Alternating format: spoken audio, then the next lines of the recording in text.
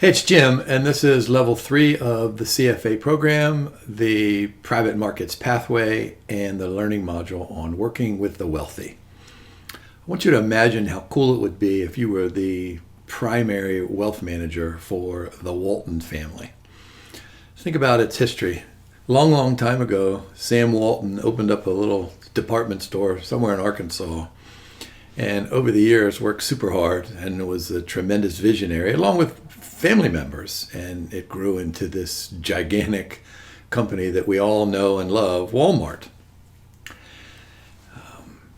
I wouldn't mind if you paused the video right now and did a quick search for the family tree of Sam Walton. You know, there might be 40 people in there. I want you to imagine how complex it is. And if you did any kind of research, you'll see some really, really cool things in its family tree. There are, of course, some people in the investments industry. There's a film producer. There's a former basketball player. There's an environmentalist. There's retail people. They all seem to be pretty successful. But imagine the complexity of 30 or 40 or 50 family members with this amount of wealth. What is it? In excess of $200 billion in the family. Now, the good news for you guys is that there's no way the Institute is going to give you a family tree that's that complex. But in imagining all of those complexities and trying to narrow it down to a handful of really good exam questions is pretty challenging. That's why this learning module is super long. And there are essentially 3 different case studies that are presented throughout the learning module. And my advice, of course, is to go take a look at those after we're done here. Now, we're going to do a handful of cases inside of the slide deck. So this is a long slide deck. So, make sure you have something to drink and that you're rested and all that kind of good stuff. But these learning outcome statements could be summarized with just one. Notice there's the describe, and then we have recommend at the end. The Institute is always big on, especially when you have to, get your pencil out and write words on the level 3 exam to recommend. They give you a bunch of stuff and say, okay, fix it, or you figure out what the solution is. But these learning outcome statements could be winnowed down to just one LOS, and it might be something like describe and recommend. And the way I would word it is think about the Walton family and then figure it all out. And that figure it all out goes all the way back to what we learned in level 1.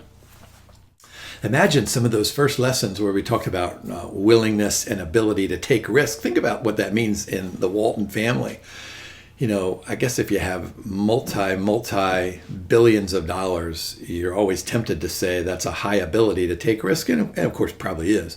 But you got 40 people. There's no way that each of them has a high willingness to take risks. So we're going to combine, pretty much what we've learned over the last handful of years into one 50 or so slide deck.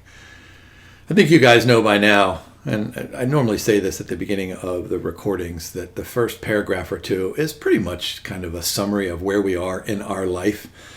And so this is no different in this learning module. So we're going to talk about frameworks, understanding wealth, unique needs, and that's important for families that have $200 billion in wealth. Family governance.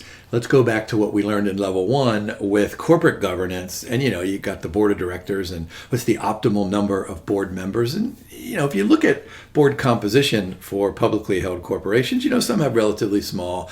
I'm of the opinion that most boards have too many members on the board because then you worry about groupthink and sliding down the river with everybody else, not knowing that there's a waterfall right ahead of you.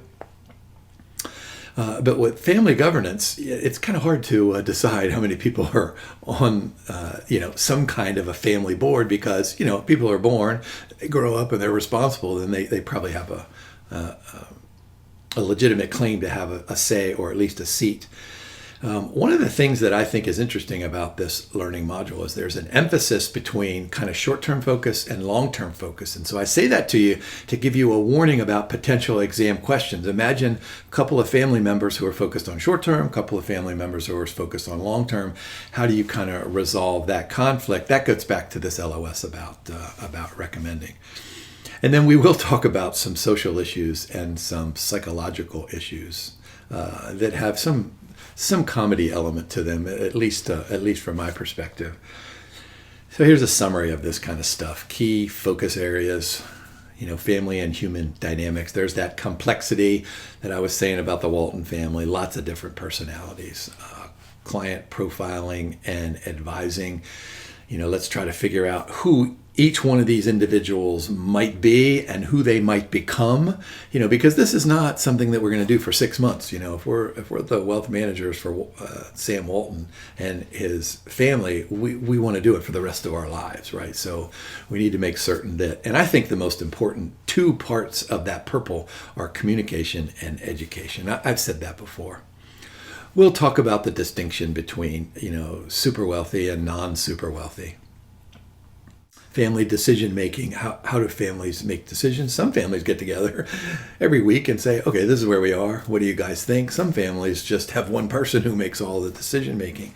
And I think that's probably a really good exam question, where you're given a vignette where there's one powerful person, and that person has a strong personality, and maybe it was the founder, and so maybe he or she is responsible for most of that wealth, and then feels, kind of obligated or responsible, or maybe there's a better word for it, to kind of dictate, what's going on in the future.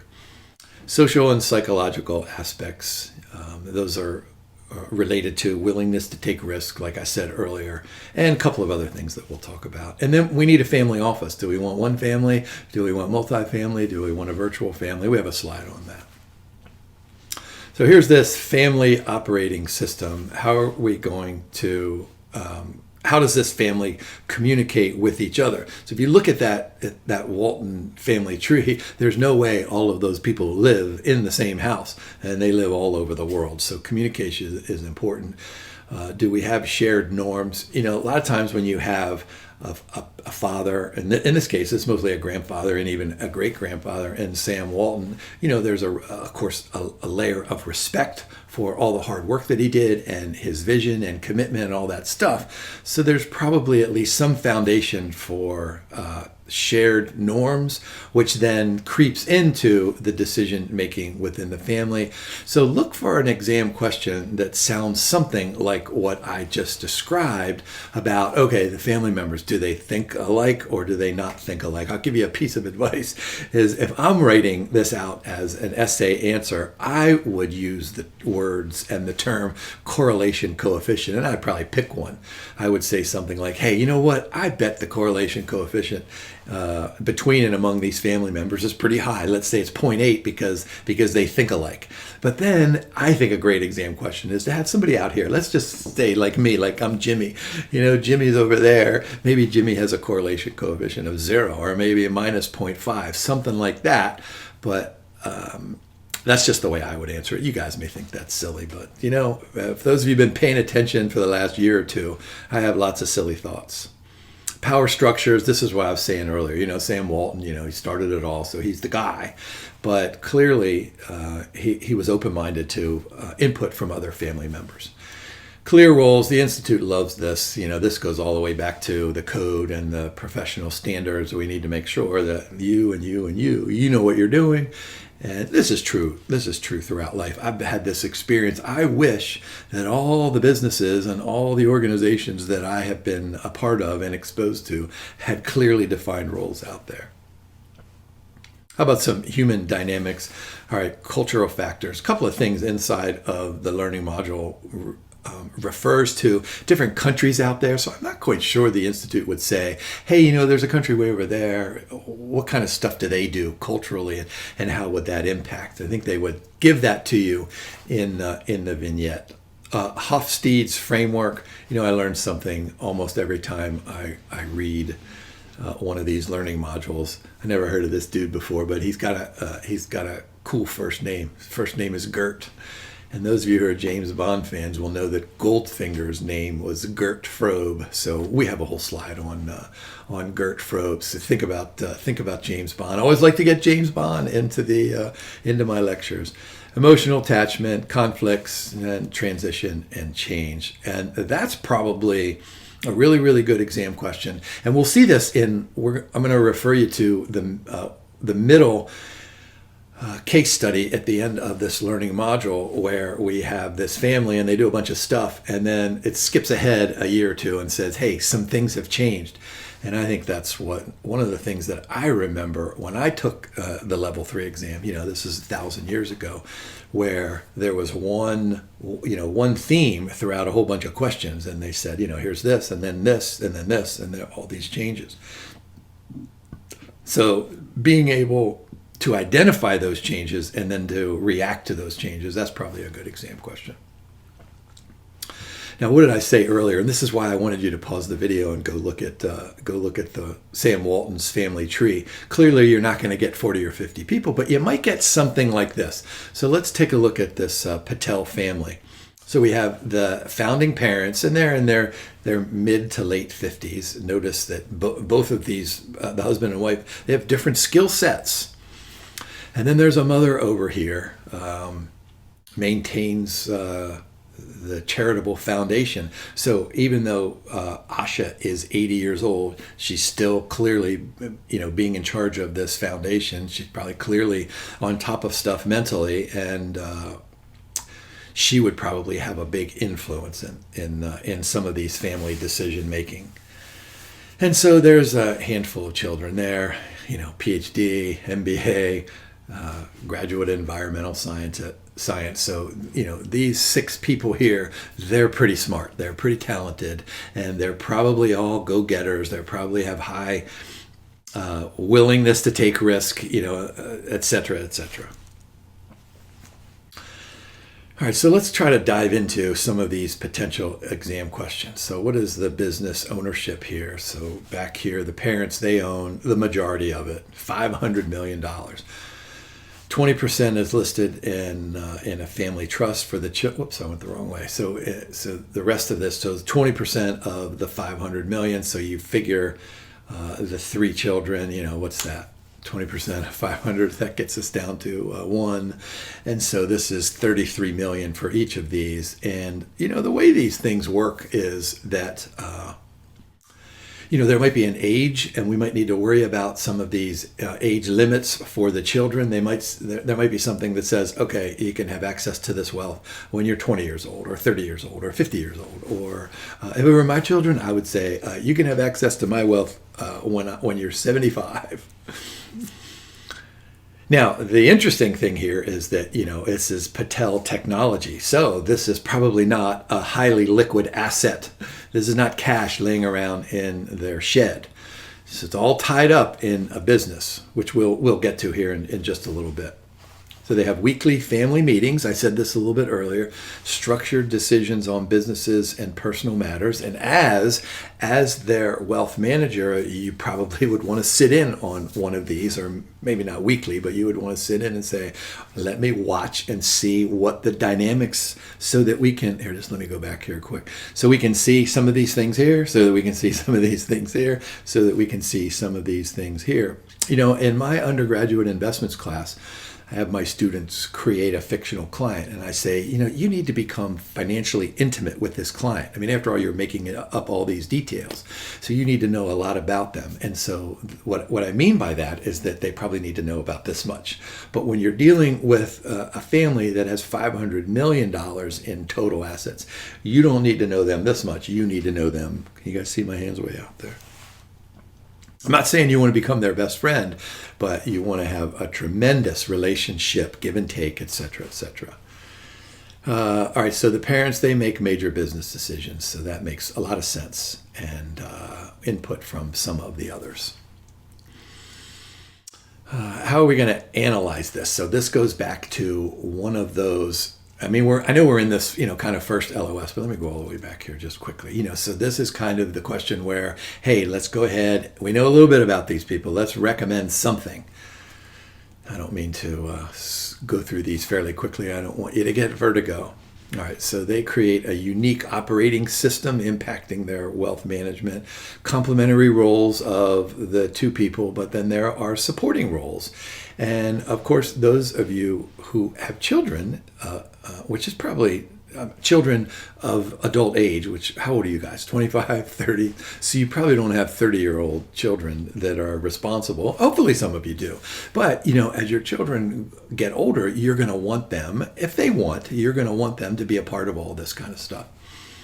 Open dialogue, that sounds perfect good. Yeah, shared norms. This is probably an obvious notion from reading just a little bit of each of those 6 people. They probably have innovation, education, cultural values. That makes sense. All right, we have primary authority, financial planning, family tradition. So that's the mom and the dad and the mother or the mother-in-law. They celebrate cultural festivals together, reinforcing family bonds, annual family retreat. I know this is very common in my area where family businesses, they just do stuff together, whether it's, go on a vacation or go to the Super Bowl or go to baseball games, et cetera, et cetera. Now, here's the cool part. So we set this up, and I'm guessing the Institute would do all that stuff that we just did in a top paragraph. But now maybe they can ask a question or two like we described just a moment ago. But here's the deal, here we go. $800 million, a major tech conglomerate. So what's the idea? So we're thinking, okay, this is worth $500 million. Someone's offering us $800 million. Oh my gosh, let's go ahead and jump to it. But here we have a couple of different viewpoints. So Raj is a little bit reluctant to sell. He's got a couple of ideas. And Mira, she's in favor of selling.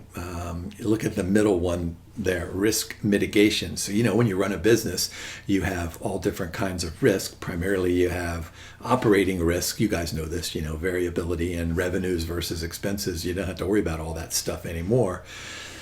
So there's risk mitigation. And then, of course, if you have $800 million in, let's say cash or some kind of marketable security, then you can do other stuff with it.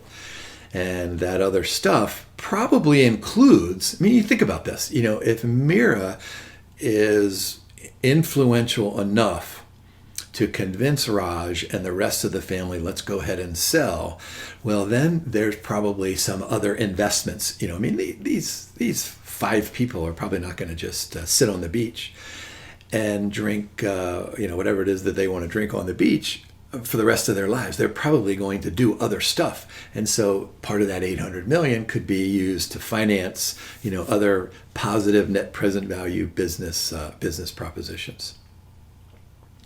So look down at the bottom. In the end, Mira pushes Raj to meet your firm to discuss the overall financial implications of the sale. So it's our job as good wealth managers to know everything about them. What we would probably want to do is ask a question that sounds something like, okay, now this probably wouldn't be an exam question, but okay, this major tech conglomerate, do they have $800 million to pay us? How are they going to pay us? And when are they going to pay us? That's probably a pretty good first question.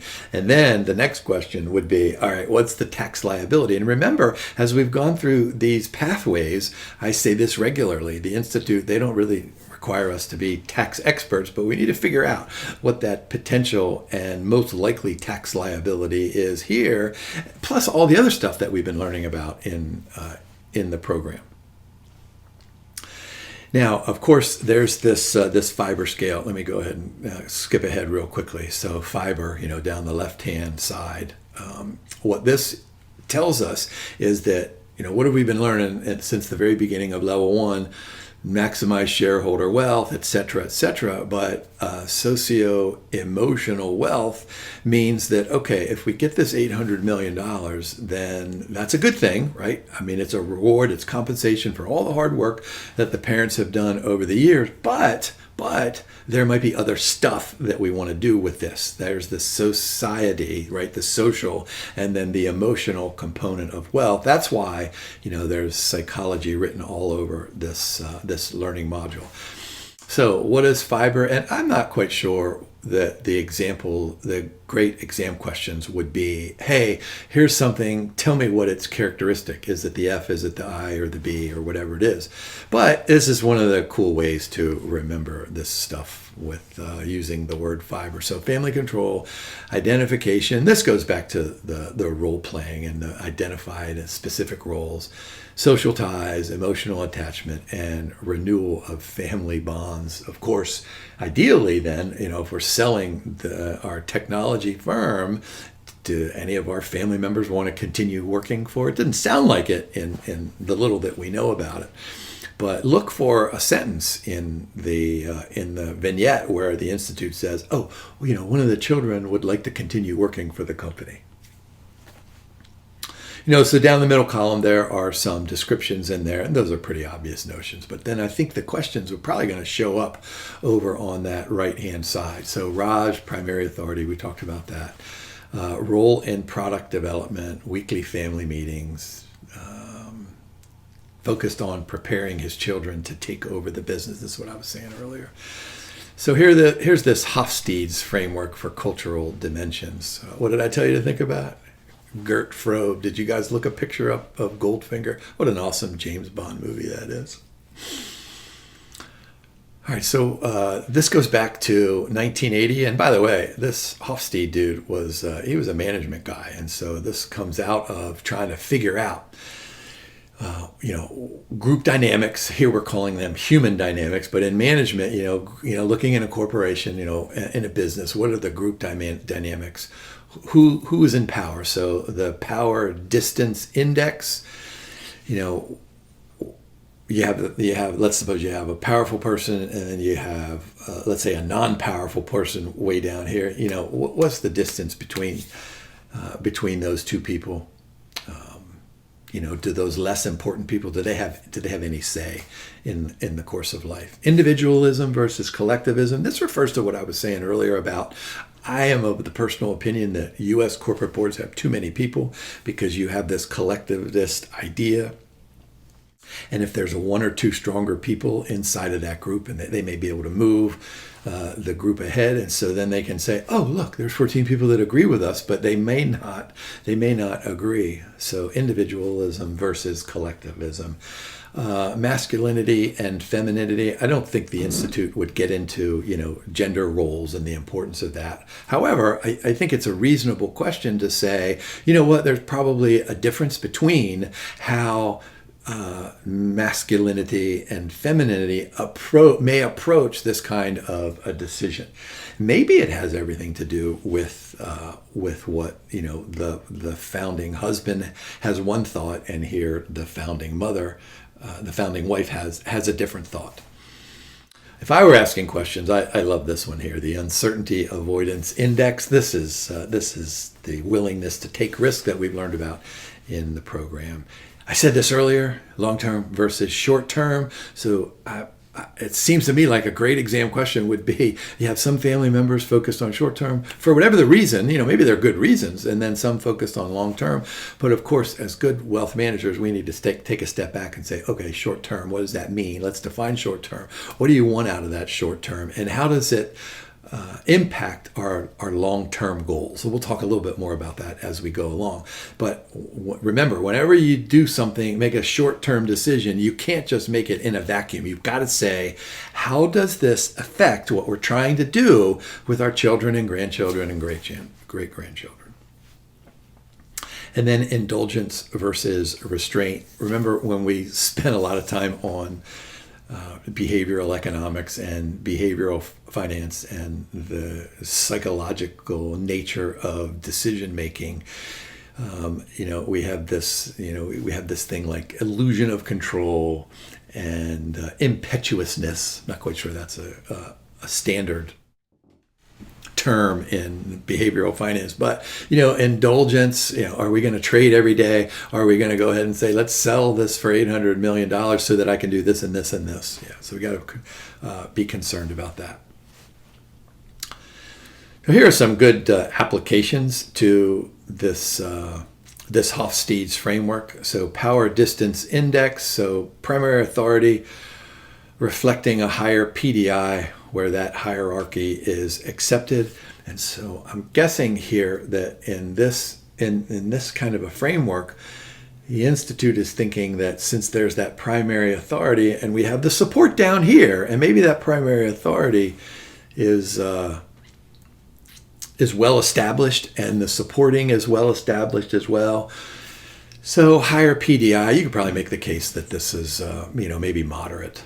Family-oriented decision-making, so there's, with that meeting versus the meeting every week, business growth and innovation success suggests a balance. I guess so. Entrepreneurial spirit leads toward masculinity. I'm not sure if I'm comfortable with that statement, but maybe that's okay. Mirrors preference for financial security reflects this higher uncertainty avoidance. So what did I say earlier? She doesn't want to worry about operating risk, and maybe there's political risk in there, and exchange rate risk, and financial risk, all those risks that we talk about. Focus on long-term, passing the business on to the next generation.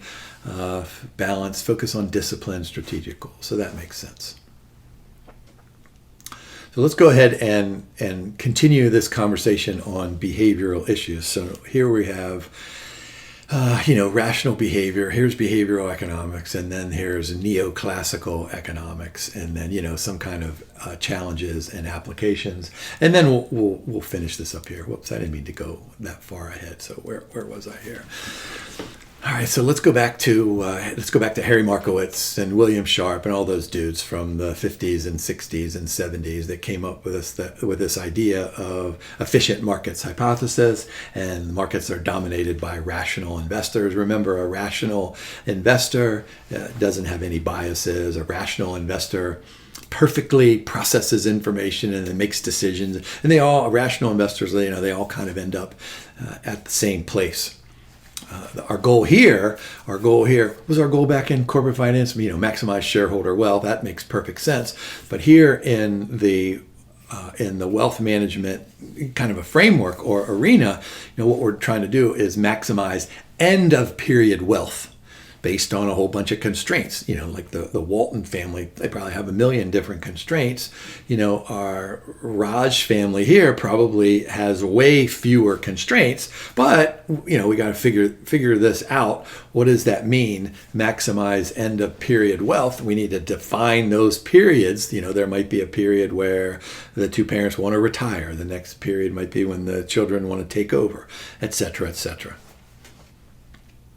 So there's utility maximization there, trade-off between risk and return. Here we're calling it wealth. Yeah, independence. So you should remember this. The decisions are made independently of one's own interest. All right. So what are some examples? Choosing diversified portfolio. That makes perfect sense. Best product based on price and quality. Sure. Limitations.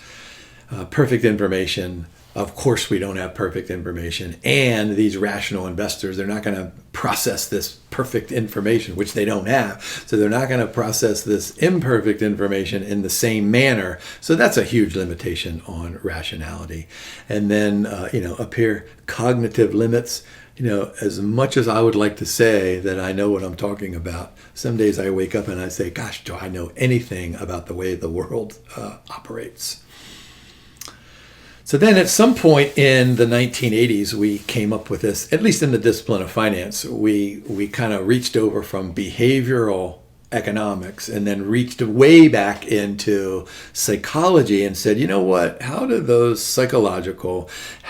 emotions, how do social factors play a role in our economic decisions? Remember back here, rational investors who make independent decisions will always maximize utility, end of period wealth. Well, do we all do that? The answer is probably not. And so we're left with this idea that there are emotional biases, right? I always point here to my heart or my soul or my core, whatever that is. And then I come up here and knock on my head like Biff did to Marty McFly and George McFly in that great Back to the Future movie. So we have these concepts where, this is a great starting place, but what are the limitations here? What do we observe in reality? So we have this bounded rationality, limited cognitive resources. I mean, I feel like I'm pretty up to date on stuff. I read the Wall Street Journal every day. I read academic journal articles. I'm lecturing to my students every day, and I try to figure stuff out. But gosh, there's only so much that I can cram into this 62-year-old brain of mine. So it leads to simplified decision making. It always gets down to what's the path of least resistance. Prospect theory, yes, we know this back from level 1. People value gains and losses differently. Go ahead and ask Jerry West, although he's passed away now. Jerry West, the great basketball player for the Los Angeles Lakers, he lost many, many NBA championships during his great career. Finally won one at the end of his career. By the way, I'm pretty sure he's still the only person only NBA player averaged 40 points a game in the NBA playoffs. So Jerry West, one of the great players of all time. But then he won in his later years. He won an NBA championship, and then he won several as a general manager. And when asked, do those wins make up for those losses to the Celtics? And he looks at the interviewer and says, "You got to be nuts. There's no way 1,000 NBA championships could make up for those losses." So what that means, we view gains and losses differently. The important application here is that that's going to lead to irrational choices. Things like holding on to losers too long. We have this stock and it goes down, it goes down, it goes down, it goes down. And we say, oh my gosh, if it just goes back up a little bit, I'll sell. I mean, this is a terrible, terrible choice. This is not a choice that a rational investor who maximizes end of period wealth would make. And then what we do is we do these things called heuristics. I love using this word in my classes. And I tell my students, I say, look, when you're out this Friday night, you need to go ahead and use that word heuristics to impress somebody that you want to impress. So these are just super shortcuts. Here are some examples and applications, and I think these are probably the good exam questions. There's that loss aversion I was telling you. We hold on to losers too long. Overconfidence. We're all guilty of overconfidence. Just assume that everybody inside of the question stem or the vignette or the case study, just assume that they're overconfident. I think that's good. Behavioral finance, understanding market anomalies. Yeah, that makes sense. Yeah, so what about these? What about this whole history? What does this mean about rational agents? So look down here. So market dynamics, understanding price formation and resource allocation. So I think this is super important, and this is a great exam question. So imagine this family receiving this $800 million. So we need to allocate these resources and figure out all sorts of things about their prices. What are they going to do with that $800 million? Well, they're going to do stuff with it, but they're probably going to invest in shares of stock, just like Sam Walton did. They're probably going to invest in bonds, just like Sam Walton did. They'll probably have some alternative investments. I don't know this, but I'm guessing Sam Walton and his family members, they have invested in, all sorts of stuff, probably artwork, maybe an expensive bottle of wine or a bottle of whiskey. And I don't mean like $50 or $100. I mean like one that you're not going to drink, maybe a $500,000 bottle of whiskey. Maybe Hollywood memorabilia. I mean, all sorts of those things that fall into the collectibles and the alternative investments, including hedge funds, including what we just did in these recent learning modules, private debt and private equity. So all of that market dynamics can be applied through through this ancient neoclassical economics. But then what are the challenges? How do we do this? So we know this is what we want to do with our $800 million, but we have, let's read those boxes down there. We have irrational behavior. If I came into 800 million, suppose my father, who's no longer alive, who was a humble educator during his lifetime, and he did not leave my sister and me $500 million. But suppose that he did. You know what I would be tempted to do? I would go out. First thing that I would buy is a racehorse. Second thing that I would buy is probably some James Bond memorabilia. I'd go and find out who owns one of those Aston Martins that Sean Connery drove in one of those first movies. I'd want to buy that thing. Is that irrational? It has to be, right? It has to be. But there's my own personal thought based on my dad taking me to see my first James Bond movie when I was 5. But you're not going to convince me, if you're my wealth manager, that I'm irrational. I'm going to say, man, I want that car in my garage. I may never drive it, but I'm going to sit in it, I promise you.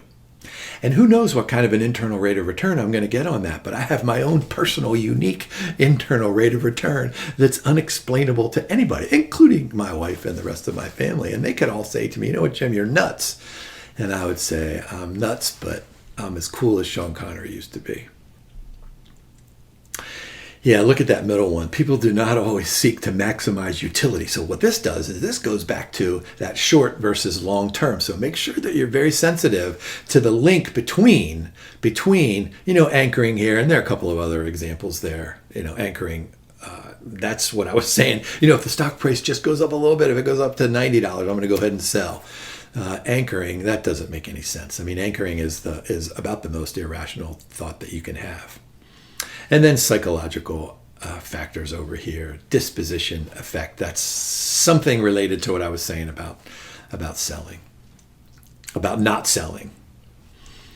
All right, so what are we doing here? We decided to sell. They seek assistance. So what do we need to do? We need to have financial planning. And what did I say earlier? What was that first question? Terms of the sale, manage the proceeds, and how are we going to integrate their new wealth identity? So I think this is a good exam question. Stage 1, 2, 3, and 4. So the honeymoon phase, yes, what we're going to do, this is me going and buying the Aston Martin. Then wealth acceptance, thinking, okay, I bought the Aston Martin, and I bought this, our family, we have all this stuff that we need. So then let's accept this, and then let's start to become responsible. So that wealth acceptance is the initial stage of responsibility. And then this identity consolidation in this third step, right? Let's find an identity. Let's figure out what's important to us. Let's establish roles. Let's hire a skilled wealth manager so that we can navigate all these things. And then achieving full balance. So notice that there's, in several previous slides, the word balance is in there. And so if you're writing this out, I think that's a great word or phrase. Finding a balance, figuring out a balance. And of course, the balance is between, consumption today versus consumption tomorrow, short-term versus long-term, willingness to accept risk. Remember, if we have 800 million, we probably have a high ability to take risk. And so let's focus on that. Look at the bottom right, long-term personal and family goals. How important is it to make certain that our great-grandchildren, our great-great-grandchildren, and then who else do we want to help? One of the cool things that my father did before he died, and remember, he didn't have a big estate, but he did say to my sister and I, he said, look, I don't want to do this now, but when I'm gone, I want you to give a certain amount of money to these 3 people.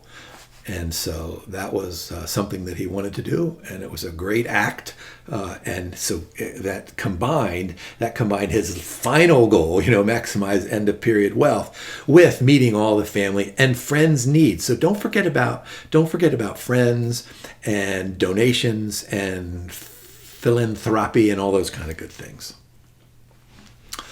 So what are the overall goals here? Educate family. I said that earlier, but I'm not sure I emphasized it enough in the last 20 minutes or so. Yeah, educate the family. And I've been in a bunch of meetings over the years where sometimes education is an easy thing and sometimes it's not, because you're going to get resistance. You might get resistance from some family members who say things like, I don't really want to worry about it. It's not in my wheelhouse. I'll let you guys figure it out. But, you do this over time. You do this. So you say, okay. But then the next time you try something new. And maybe you send them an email of a Wall Street Journal article that's relevant. All right, implications of new wealth, setting realistic expectations.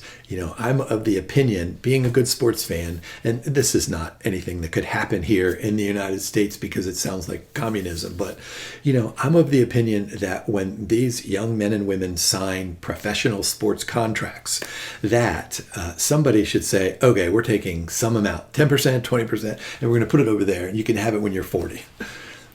That's kind of stealing their money, but that's not the way that's not something that's probably ever going to happen. I think it ought to happen, but here inside of a family dynamic, you can go ahead and set those realistic expectations about things like spending and investing.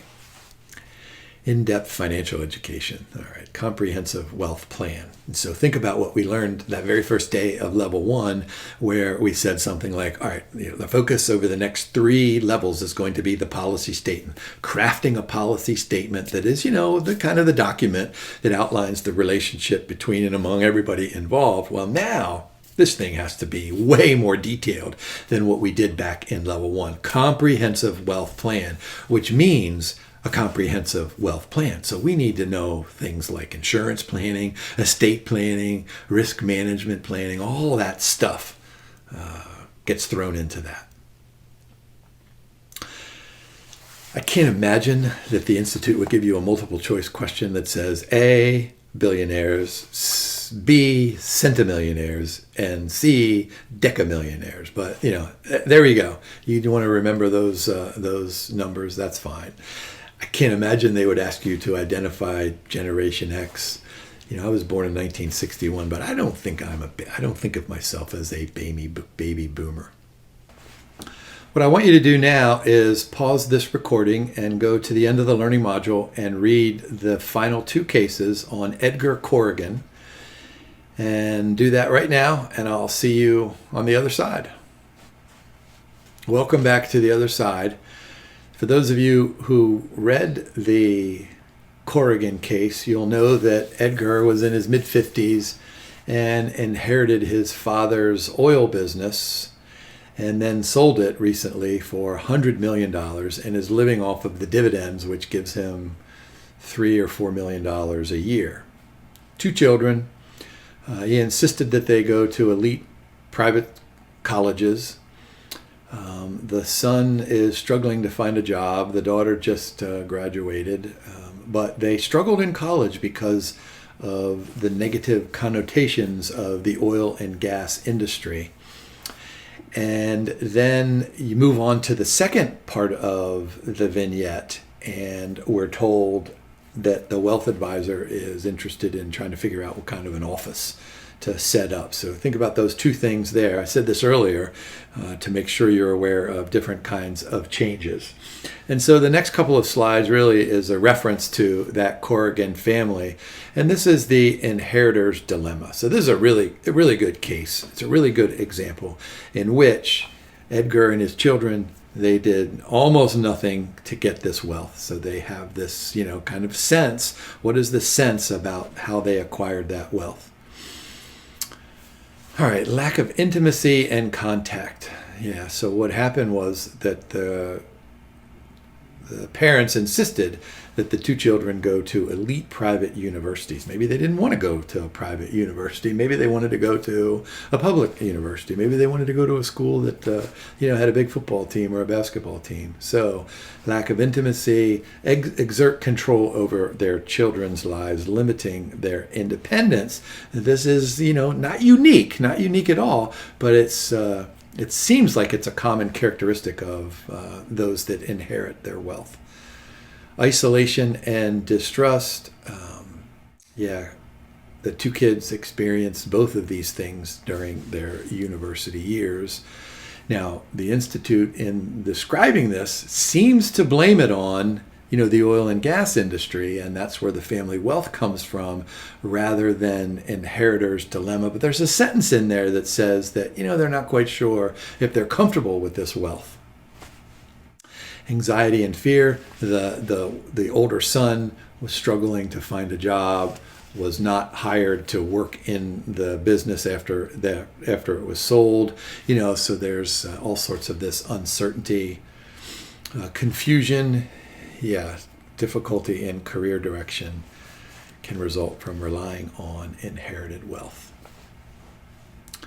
So what I want you to do now, you're going to do this. I want you to pause and go back and try to answer all of those questions. And we've done most of that work in there, but we still have a little bit to do. But I want you to go back right now, look at those questions. You should be able to sketch some answers out. Do it just quickly, just like 5 minutes, and then come back and we'll finish some of these.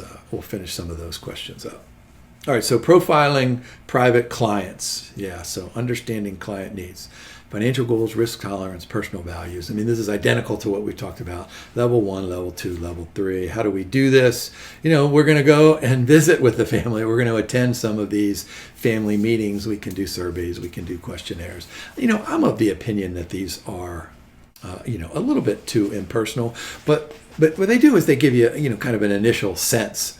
I've been in meetings where there have been, trustees like myself and a couple others, and then, some wealth managers, and then family members are in there. And it's fascinating to watch the dynamics and how informed the family members tend to be. But then in evaluating all this, you can make some sense of, are there behavioral issues? Is this family member, are they comprised mostly of rational investors, which, remember, that's a pretty high bar to follow to be a rational investor. But you need to figure out what those irrationalities are, because the consequences of irrational decisions can be dramatic. All right, so let's go through a couple of things related to this LOS. Advising, communicating, and educating. I said this earlier. These are the important things. So I think the really good exam question would be something like this. All right, so how do we advise? So providing tailored advice, right? We need to be unique to that particular family. The holistic planning, client engagement, risk management. So this has relationships to everything that we've talked about for the last couple of years. But here's the really good exam question. So you have a wealth manager that does an interview, however that goes, and does this and this and this. But one of those things, there's going to be a failure. There's going to be something. There was no, let's go down to the bottom right. There was no evaluation of willingness and ability to take risk. Or we allowed their irrationality to hold a non-diversified portfolio. So go back to the Corrigans. Their wealth is invested entirely in this one, oil and gas company. Well, that doesn't sound like a diversified portfolio to me. But I think the great exam question would be, okay, the Corrigans, they decide to sell, let me just pick a number, 60% of those shares, and they're going to invest in a well-diversified portfolio, has stocks and bonds and alternative investments, and James Bond memorabilia and all this kind of good stuff. And then what's the problem? And the problem is, well, that was 60%. They still have 40%. I mean, there's no way that that's a well-diversified portfolio, because so much of it is still tied up in that original oil and gas company. So look for the best exam questions will be, all right, they'll give you each one of these things. What's the problem? Communication, I said this earlier, this is going to be another good question.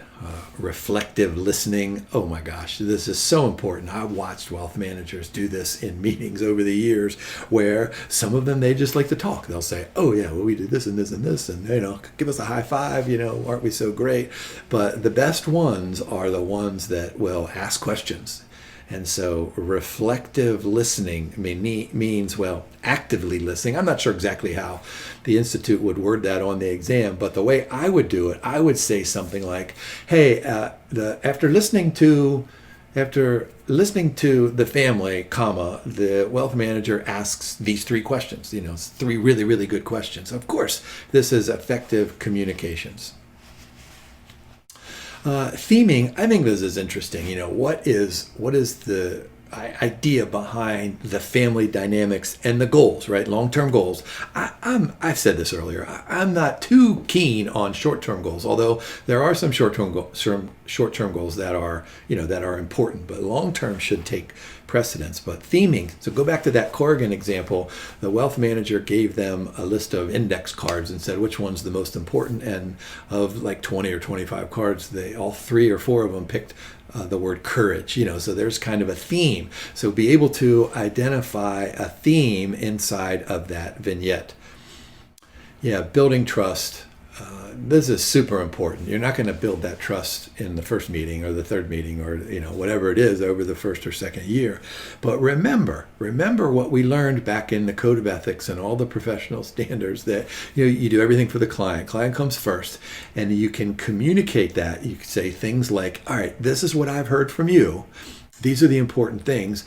I've put together this model here. Maybe it's a strategic asset allocation model. What do you think of it? The back and forth effective communication. And this leads to transparency. It leads to consistency, all those good things.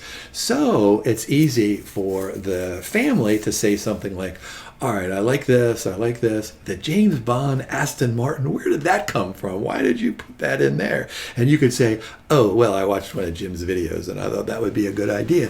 So you go back and forth and they say, you know what, I love Sean Connery. Maybe we need to have the Aston Martin in there. But of course, transparency is super important.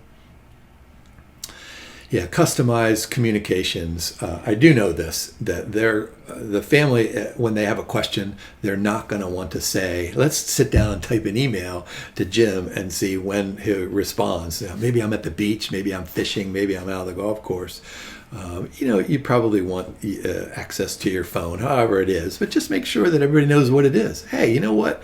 We've got this thing here, whatever it is, Instagram, Facebook, I don't know, just something else out there that we can go ahead and get in touch with you, and we can expect an answer relatively soon. Feedback mechanisms, that makes sense. How about education? So what was I saying earlier? And this is one of the case examples inside of this learning module. There's a sentence in there where one of the children says something like, you know what, I'm just not that interested in finance. It's just too much of a hassle. I don't really want to worry about it. You guys worry about it. So how do you deal with that? When you have clients who are interested in learning and they say, hey, can you teach me more about this? Or, hey, you know what? I read about interest rate risk and I'd love to know about duration. Oh my gosh, this would be the most fun thing for me to do. But most clients are probably not going to ask about duration or convexity, but they're probably going to ask about, hey, what's the volatility of my portfolio and how much can I afford to lose? So then, you don't have to talk about standard deviation or value at risk, but you can, explain to them in kind of layman's terms what that means. So you start at the fundamentals and you kind of work up. And so the idea is that you want to make, don't listen to what I'm saying here, but the idea is that you want to make yourself obsolete. Right? Now, that's not really a true and complete statement, but you want the client and the family to be able to take ownership of all of this. The more ownership they feel that they have, the more they feel that they're involved. The irony is that the more they will value you. So you become obsolete, they can make all their decisions, but you probably get compensated even more. And that's really the cool thing about all of this stuff. Yeah, legacy planning and family dynamics. So this typically will start with the founder or maybe the children of the founder, and they start saying, okay, here's the next generation, and then generation 3 and generation 4. How are we going to do all this stuff? Maybe generation 4, maybe it's, 7 children and their ages 3 to 7, and there's 4 different families in there. Can you do 4 different families with 7? I think you can. Yeah. Charitable giving. This goes way beyond what I do with my resources. You want to have a theme. Think of the Walton family. Think of Bill Gates. They have all this stuff out there, and so they form a foundation, and they have this direct and explicit goal, etc., etc. Tools and resources. That makes perfect sense. Let's go ahead and look at a final case inside of this slide deck with this LOS about unique characteristics and how those characteristics are distinguished from other kinds of characteristics from regular old clients. So here we have Carlos Gonzalez, married, 2 children, entrepreneur, $200 million after an IPO with his Eco Power Solutions. Family dynamics, they have properties all over the place. Sustainability and philanthropy, art initiatives. Okay. So imagine reading this in, a top paragraph or 2, and then, some of these questions could relate to, how do we structure this? How important is philanthropy? What are the investment strategies? What kind of a team do we need to put together? How unique are these characteristics? So non-traditional financial planning. So Carlos and Alina have trusts and foundation to manage and preserve their wealth. And by the way, one thing that I didn't say at the beginning of this slide with the Sam Walton example was, what did we say? $200 billion. I'm thinking about, kind of overarching umbrella goals. Has to be to preserve that wealth. So make certain that that's part of your understanding of unique characteristics of these ultra high net worth clients. Multi-jurisdictional holdings, right? A couple of different places, other countries specifically, longer time horizon with family foundation, business ventures. And this is consistent with what I just said a few minutes ago. I'm always worried about short-term stuff. Yeah, what did we learn back in level 1? Just go ahead and, if you can picture the Harry Markowitz efficient frontier with standard deviation and expected return on the two axes, that was two-dimensional, pretty much kind of aligned all of our stuff that we know about things like, risk and compensation. But now we need to go ahead and throw in, I don't want to put this in the third dimension. I don't want you to start thinking that we're going to draw graphs that have 3 or 4 or 5 or 6 dimensions. But what we need to do is identify the distinct nature of preservation, right? We're preserving that. That's what I was saying a minute ago with the Walton family. With this idea of, you go back here and think about it. Where was it? Right here. You look at the middle one. Founded Eco Power Solutions, revolutionizing solar energy technology. So Carlos is clearly at least an entrepreneur, if not, kind of beyond what all that means. And so we need to worry about that balance there. Didn't I say just a few minutes ago too, balance, that's a key phrase. Professional teams, who do we need? It's not enough for us just to simply say what I've been saying in lots and lots of these recordings and level 3, that we're not required to know and be experts on taxes and estate planning. We just need to know somebody to ask. Well, that's not sufficient. So that's probably a really good exam question. We need to have specific individuals with specific skills on the professional team, not just, I know a dude over there, I can always ask him a tax question. That's not sufficient.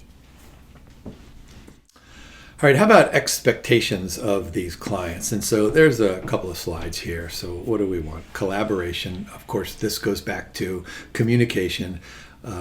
We want to have competence. We talked about this from the very beginning of level 1.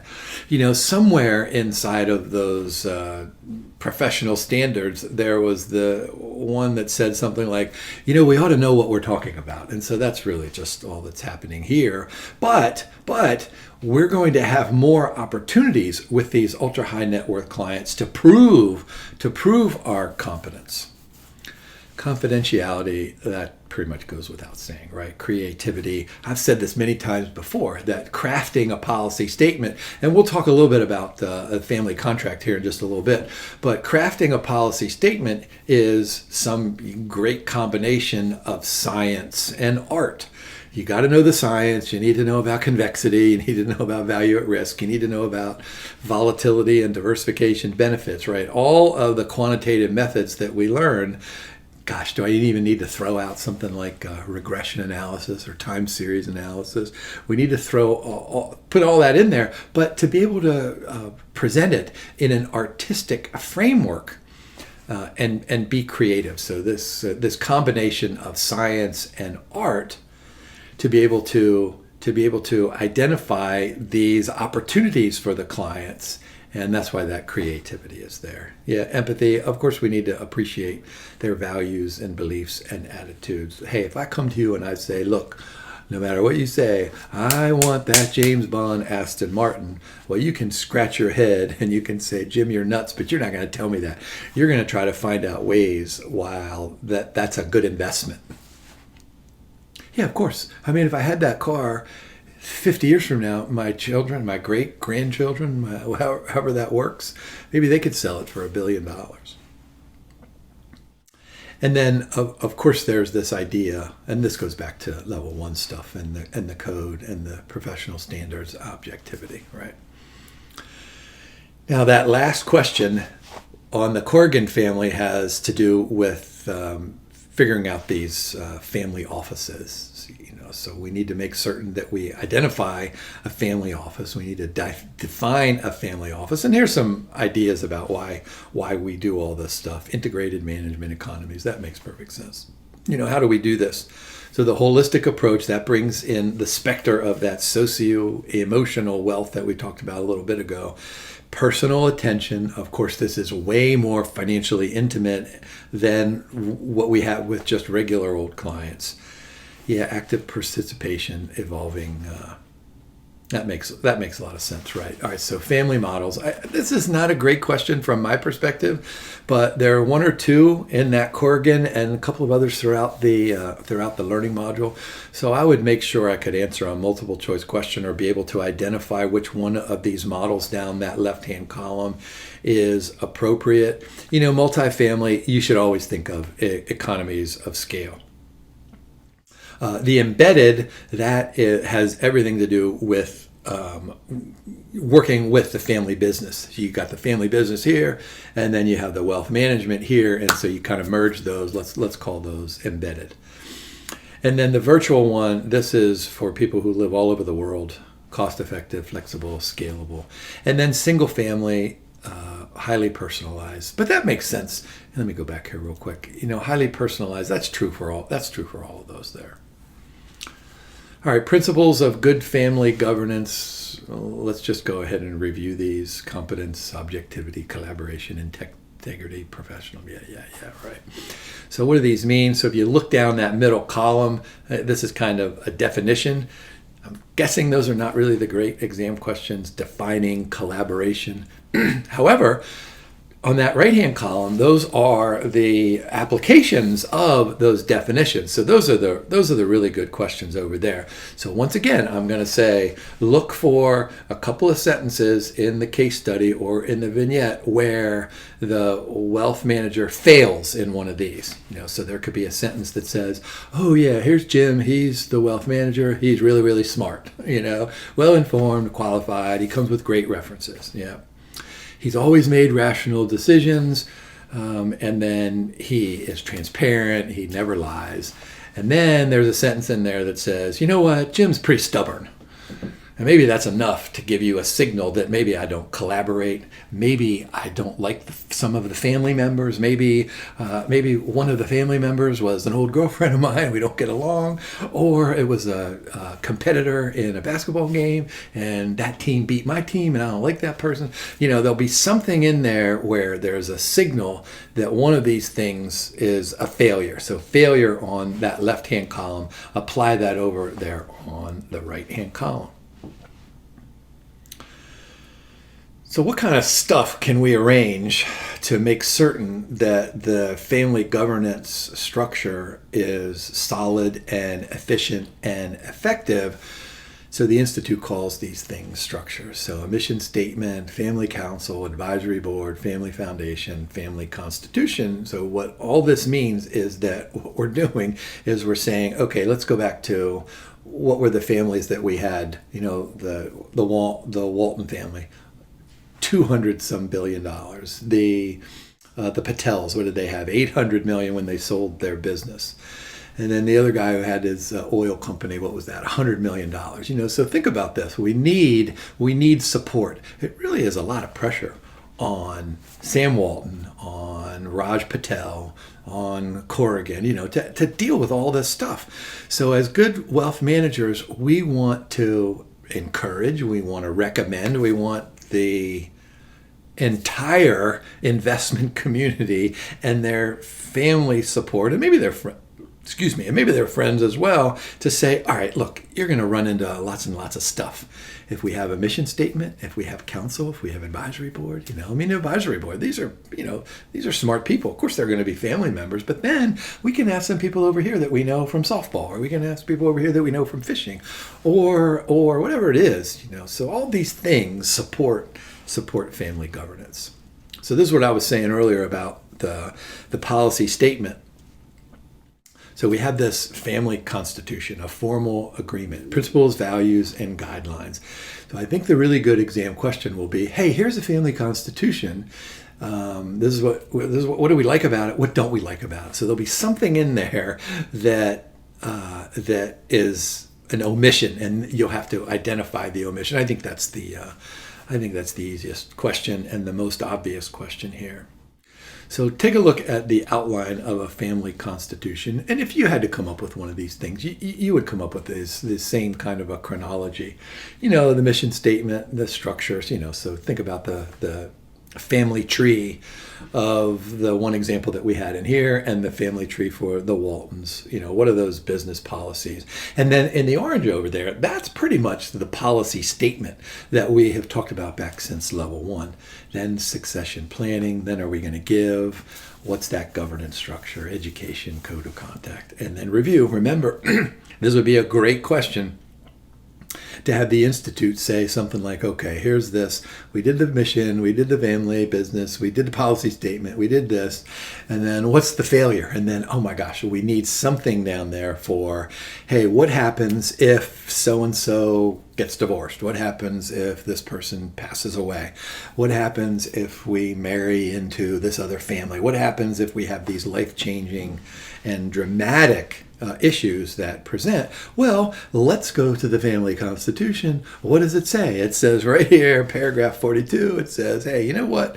If this person passes away, then this person is now filling that role, or whatever it is. Remember, I say this to everybody that I come in contact with. Just tell me the rules.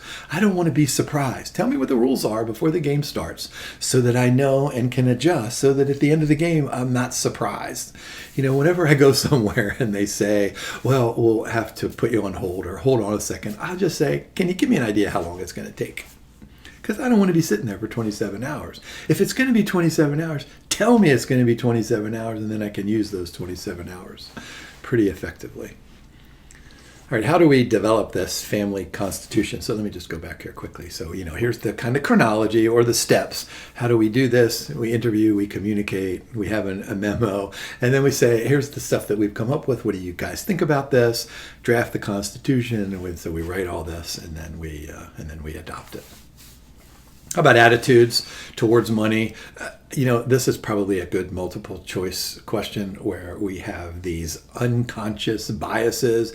Do we worship money? Does money give us a status? Do we want to avoid money? Do we want to be vigilant about it? So I think look under the belief and then the behavior. I think those behaviors are, good sentences inside of the question stem, and you could just identify worship or status. Yeah, multi-partiality and family governance. Wouldn't it be awesome if we had this family and the correlation coefficient between and among all family members was 1? But of course, that's not going to occur ever. Never going to occur. So, what do we need to do? We need to make certain that we're fair, that we're neutral, diverse perspectives. What are the benefits of all this? Conflict resolution, that's pretty much what we just said in that previous slide. I talked about this before, clarifying, defining all those roles promotes unity, right? So you're going to have arguments within and among and between certain family members. So we want to have cohesion so that we arrive at that umbrella, long-term goal.